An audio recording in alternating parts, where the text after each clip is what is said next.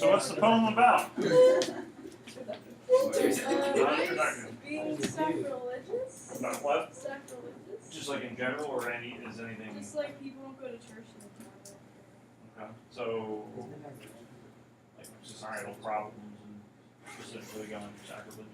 About changing color. Okay. Let's see. Can you tell what's changed? I could tell. Okay. So, Did you highlight it, Joey? yeah, Megan, I just highlighted it with my pen. I mean, it works. I mean, if you wonder All right. why you can see it. So what's changed? Alright, so I noticed the first shift between line 8 and 9 and place on good security is gold. Now times are changed and one poetic edge. So I noticed a shift there. Mhm. Highlight that. Then between lines 20 and 21, it switched from going from I to he. So I guess it switched. It's Down here where the stanza break is. yeah. Yeah. Those were the two shifts I noticed, but it seemed like it was chronicling this guy's life and changing times. Okay. Anything else? If breaking it into parts, like kind of for the paraphrase, I go with the first. You could put the first 8 lines together. I split them up into the first 4 and then the second 4, and then there we go. Chunk. We got this little stanza right here. We kind of take a look at, and then starting with Yetzer, probably break that one down to diet. And then of little use would be the rest. Not saying it's necessarily shifts taking place, but I think you kind of have some break in thought that would be a good place there. I would still say there's a topic that we haven't touched on that the poem's really about. Isn't it about music somehow? Almost. About poetry. It's about poetry. It's a poem about poetry. And, you know, now times are changed and one poetic itch, and we'll still look at the first part of it, but really this is where you do start to get that poetic itch taking place. So poetic, showing our wit, rhyme, as you get on down later on, it talks about verse, meter, things of that nature. So it's basically dealing with, here's meter, dealing with poetry, essentially. Title, I'm guessing, isn't really going to mean a whole lot to too many people in here. Imitations of Horace, not Horace Mann. Publication of the Horace. The Horace. Publication of this poem would be like 1730s. I want to say 1736. Don't quote me on it, but it's 1730s. The Horace is a famous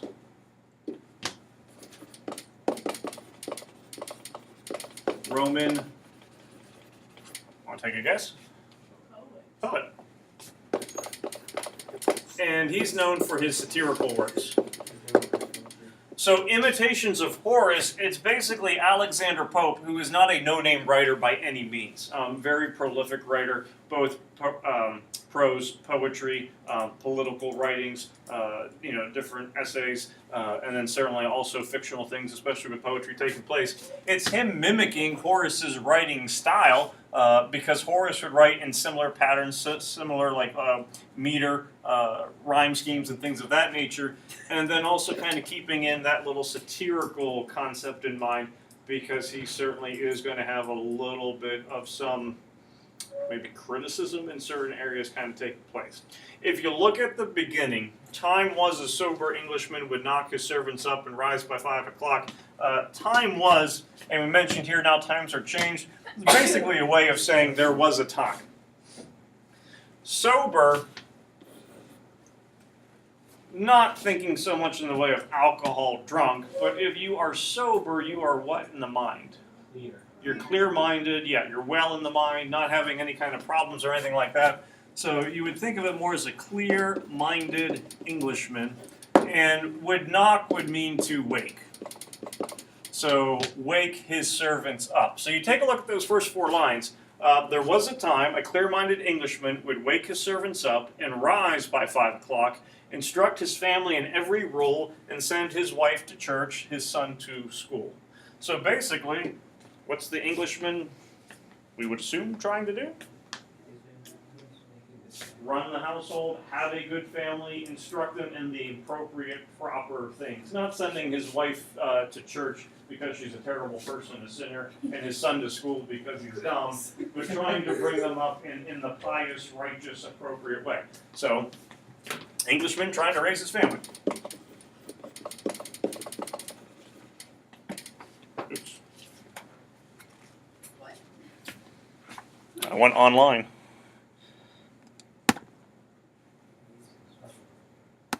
There we go.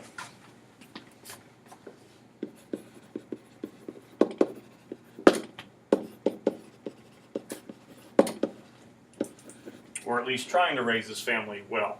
To worship like his father was his care, to teach their frugal virtues to his heir, to prove that luxury could never hold a place on could never hold and place on good security his gold.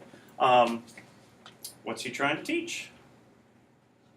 Good finances. Yeah, because to be frugal means not necessarily cheap, but careful with your money. You're thrifty, yeah. Luxury can never hold, so the luxurious, the material items are not always going to be there necessarily. And place on good security his gold. It's not that you're going to put security guards around your money, but what are you going to do with your money? Save it, yeah. So you're certainly trying to pass on, again, good virtues, good morals.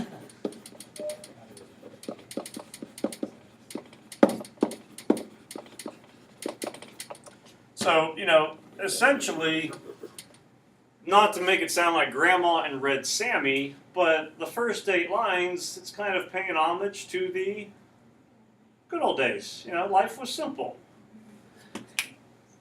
Now, times are changed, and one poetic itch has seized the court and city, poor and rich, sons, sires, grandsires, all will wear the bays. Our wives read Milton and our daughters' plays, the theaters and rehearsals throng, and all our grace at table is a song. Maybe I should just kind of pause right there. Now, what's taking over? Art, the arts, music, poetry. And who is it affecting? Those in the court, those in the city, those who are poor, those who are rich, so everyone.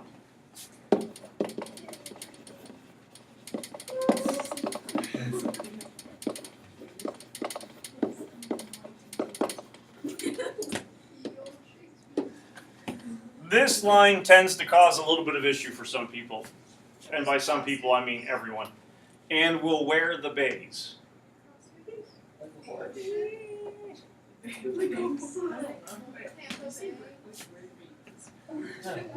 Wait, what? Who is Horace? Horse and horse. Roman poet. You think of Roman attire, toga will come to mind and stuff like Oh, it's that. that like shield thingy. Is it not? No, not shield. No, like the armor. Sandals. No, Hmm. never mind. Satchel? Maybe Is read. it the helmet thing with the brush? No, but it goes on the head. Is it the little... Oh, there's brown. the grass things. There's grass Floral. things. It's not grass. Well, there's Flowers. the Gold. It's not flowers. It's a leaf. What kind of leaves? Floral. Baby. Bay leaves. Oh. Those are used in cooking. Especially in I was trying to give fourth period a hint. I said you put it in spaghetti sauce, and of course the first answer was tomatoes.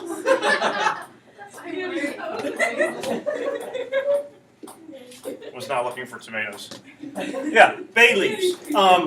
You see pictures of Caesars and whatnot from Rome, and you'll see the crown. Theirs are not bay leaves, but theirs are not for royalty. It's not bay leaves, but the group, the segment of the population that wears the bay leaves are the artists, not the poor people, but the artists. So if you are an artist, if you are a songwriter, if you are a poet, if you are a sculptor, you are designated your class by wearing bay leaves.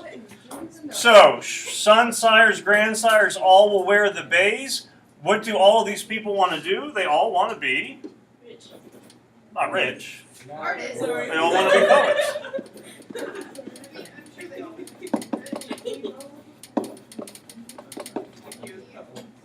Our wives read Milton. Milton is a reference to John Milton, English writer, poet. Paradise Lost is his most famous and laborious work. Daughters want to read plays, to theaters, rehearsing throng, and all our grace at table is a song. So even something as simple as saying a prayer before the meal, what has now happened?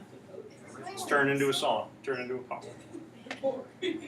Whether it be, Johnny Appleseed prayers that people will say, or other prayers that will take place, certainly still carries over today.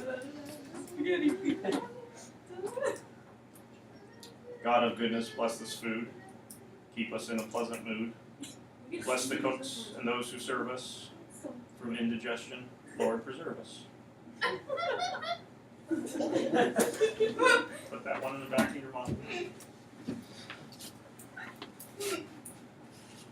Next part, I so often renounce the muses lie, and then you see the dashes coming in.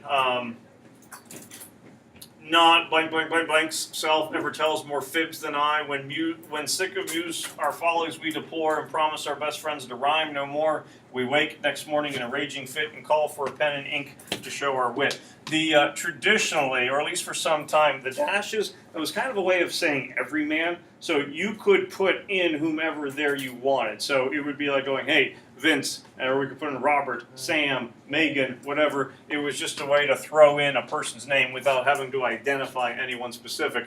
The big part, though, I would say, would be these last three lines. What's going on there? Everyone is affected by poetry. All of those people want to be poets. Well, you have all these people who want to be poets, and what do they promise their best friends? That they won't rhyme. Why would they go, I promise not to rhyme anymore, or I promise not to sing anymore, or I promise not to do poems anymore? Because they're probably what? Bad at it. They're not very good. Yeah, they'd be annoying. But what happens the next morning? They do it again. They do it again. So therefore, it's not that everyone just is affected by poetry, but you have many are, what would be a good word to put in with poetry? Trying. Awful. Not just trying, not just, Persistent. Poor. Obsessed. they agree that I will not do it anymore, but come the next morning in a raging fit, they have to start writing their poems again. So they are so, come with it, obsessed with it, that they have to keep writing, even if we understand that their poetry is probably of poor quality.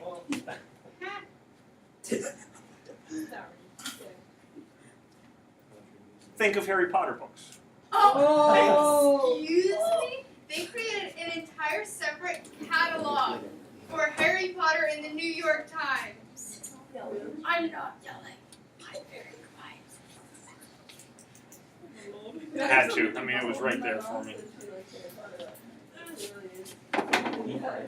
1730s. If you're going to become a carpenter, blacksmith, candle maker, sculptor, baker, what do? Apprentice. You become an apprentice. You learn the craft, you hone your skills, you get better, and then when you mature and you are ready to go off on your own, you go off on your own. He served apprenticeship who sets up shop, so he who sets up a shop serves an apprenticeship. Ward tried on puppies and the poor his drop, even Radcliffe doctors. Radcliffe is part of Oxford. It's the medical program within Oxford. So Radcliffe's doctors, you're referring to doctors who've come from Oxford, travel first to France, nor dare to practice till they've learned to dance. Who builds a bridge that never drove a pile? This would be like a large nail. Should Ripley venture, all the world would smile. Ripley is actually an architect that Alexander Pope does not like. So the world would be better if he wasn't making stuff. Ripley's upside down house things. Ripley's But those who cannot write and those who can all rhyme and scrawl and scribble to a man. So what's the contrast between those who try to write poetry and those who earn professions? People who are People who are- at what they do. They've been trained, so they can. Those who are going into professions are properly trained. Those going into poetry, They just go do for it. And that's why they're terrible at it.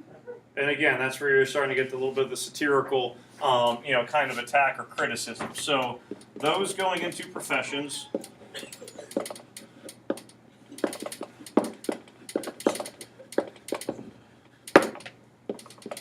are trained, or you recognize that you need to be trained, but everyone thinks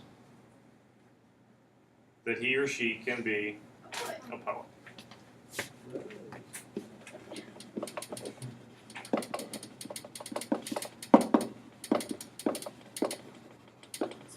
Why are they trying on like puppets though? Ward and Peters, who get mentioned down here. Oops, I'm crossing them out. Oh. Oh boy.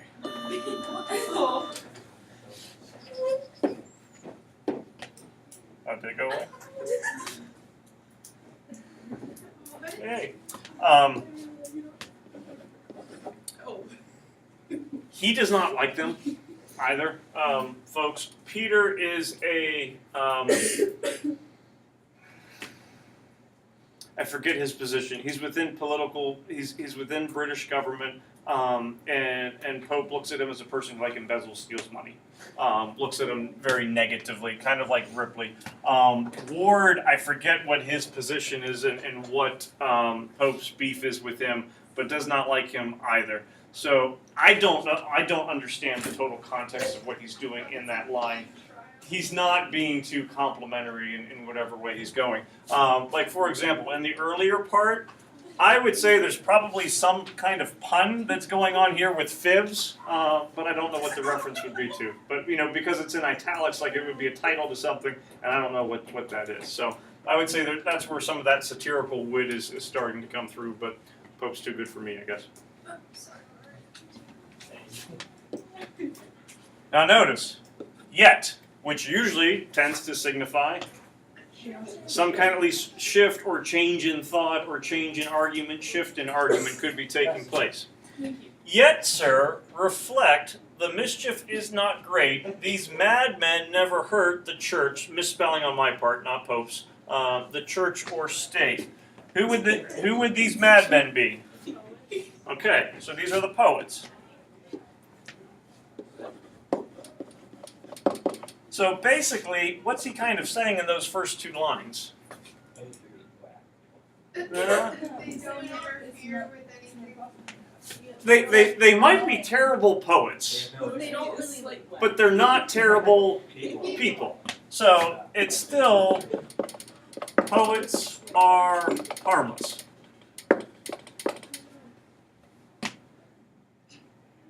Sometimes the folly benefits mankind, and rarely avarice taints the tuneful mind.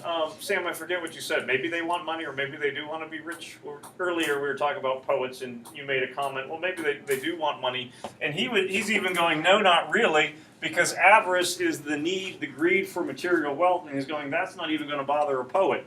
Allow him but his plaything of a pen. He never rebels or plots like other men. Flights of cashiers or mobs he'll never mind, and knows no losses while the muse is kind. To cheat a friend or ward he leaves to Peter. The good man heaps up nothing but mere meter. So again, poet reference. Enjoys his garden, his book in quiet, and then a perfect hermit in his diet.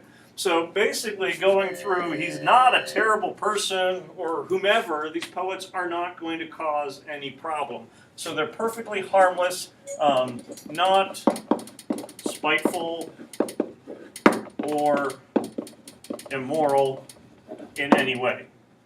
That he leaves up to the other people. Of little use the man you may suppose who says in verse what others say in prose. What's prose? Yeah, it's anything that's not poetry, and poetry, is lyric form. So your O'Connor essays are going to be written in prose. Majority of the things that you read are in prose. So who says in verse what others say in prose? Verse, poetry. Prose would be traditional writing. Let me show you a poet's of some weight, and though no soldier, useful still to the state. What will a child learn sooner than a song, and what better teach a foreigner the tongue? Although it would be read kind of like a tongue. What's he do right there? He's saying that, like, Well, no, keep going. Don't worry about my bunny rabbits.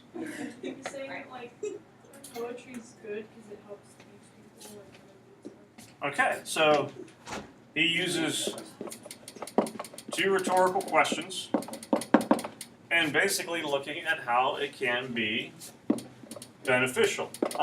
You think of things that you've learned before.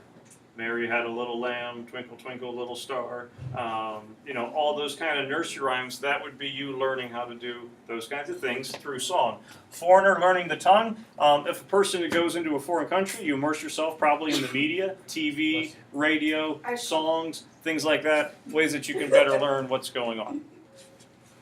Can I have a pass for this period to go to bed? Now? I mean, yeah, I forgot to ask you something, right? Busy. I'll write it myself. Okay.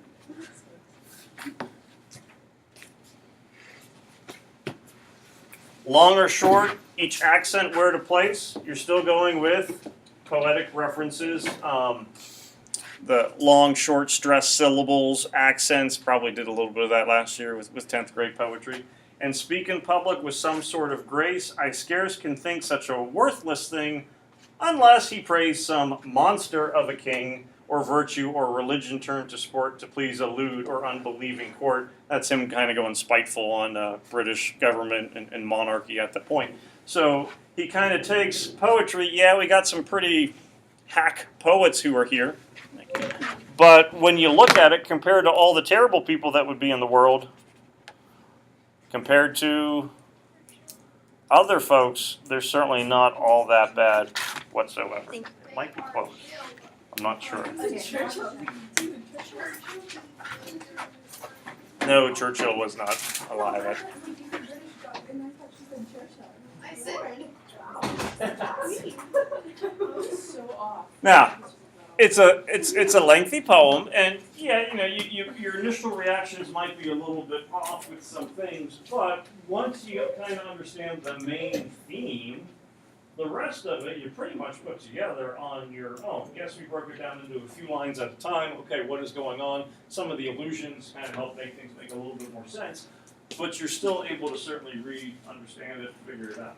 oh wait, if he hates this poet people so much, and he's like, well, they're kind of suck and they're not good at it, why is he writing poems? Sunshine on. Yeah, but like, He's saying like, I'm It's good like, at it. just Well, I would say he's being playful, number one, in that he's not doing this out of spite. He's having fun because he's imitating Horace, so you're taking someone well known, but you're just kind of like mimicking. Number two, you think about music throughout the course of the years. What do you sometimes use music for? Well, it's a way to get your grievances out there against other people. Most of the time, it's pretty harmless with it, and then you'll have back and forth, where musicians kind of going back at one another, and that's really pretty much what he's doing here with it. He calls them out, but if anything, it's not the poets that he's really making fun of. It's all the other terrible people that. But you know what? Even though these people can't write good poetry, they're still a heck of a lot better than you are. When it comes to reference to, the king, the monster of the king, Peter, Ward, all of those things. So, that's what I was saying. I mentioned Taylor Swift at these two times. And then there's the Kanye thing. Famous. What? yeah, same idea. He's a modern day Alexander Pope. modern day Horace. So Wednesday, so it'll be this quiz. You certainly have notes that you can, use with it that may or may not be helpful. But it'll be 15 questions that you're going to be looking at with the Babytron. So 2 more questions, but you will have 2 more minutes to take a look at. Flannery O'Connor tonight. Digital man. Monday. Good to go. I wrote that down. Good. I'll do it right now. I'll do it right now. I spelled first, I spelled Alex.